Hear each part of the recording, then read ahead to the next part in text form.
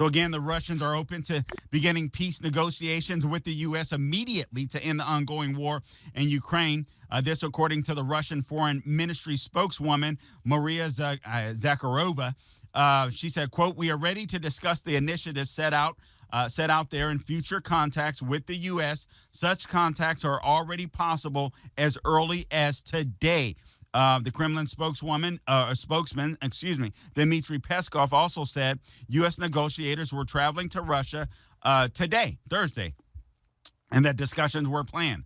Quote, "Negotiators are indeed flying," Peskov says, "and contacts are indeed planned." He goes on to say, "We won't get ahead of ourselves. We'll talk about it afterward."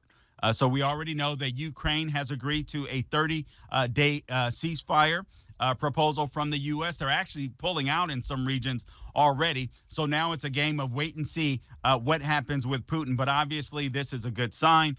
And I still think, listen, sanctions have to be slapped on Vladimir Putin. You're going to have to make sure that Vladimir Putin that it's lasting, that it's sustaining.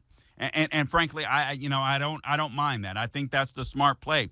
But one of the ways in which, listen, we're going to hurt Putin already just based upon our energy. If we can convince our neighbors, actually Putin and China, Xi Jinping as well, convince our neighbors to make sure that they're working with us, get Canada, get Mexico in play. Guys, we're the West. We got to stand up to these guys. Know your worth. In a sense, I feel like that's what Trump is doing. He's the big brother in a sense. Guys, know your worth. I got to teach you some lessons, but know your worth. There's some real enemies out there, and it isn't us. So how about some fair trade? Let's get in line. I think it's about more than just fair trade, frankly. But then if we could get the EU to start buying fuel from us rather than, and we're already seeing gas prices come down a little bit, slightly. Passed by a gas station yesterday. I know it doesn't seem like much, but I saw $2.94.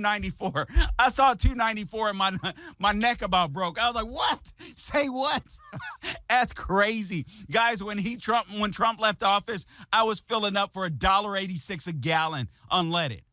I mean, just insane. And I saw that and I was like, oh, feeling better already. It's crazy.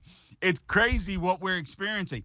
But again, listen, Putin hopefully will come to the table. This will be beneficial for all of our Western allies. The UK can come to us for fuel, and then China can continue to rip off Russia for fuel because they'll have nowhere else to go. Ultimately, that's what we want to see happen. So all of this stuff is not for naught. Even though it seems like chaos, I do believe the Trump administration has a plan.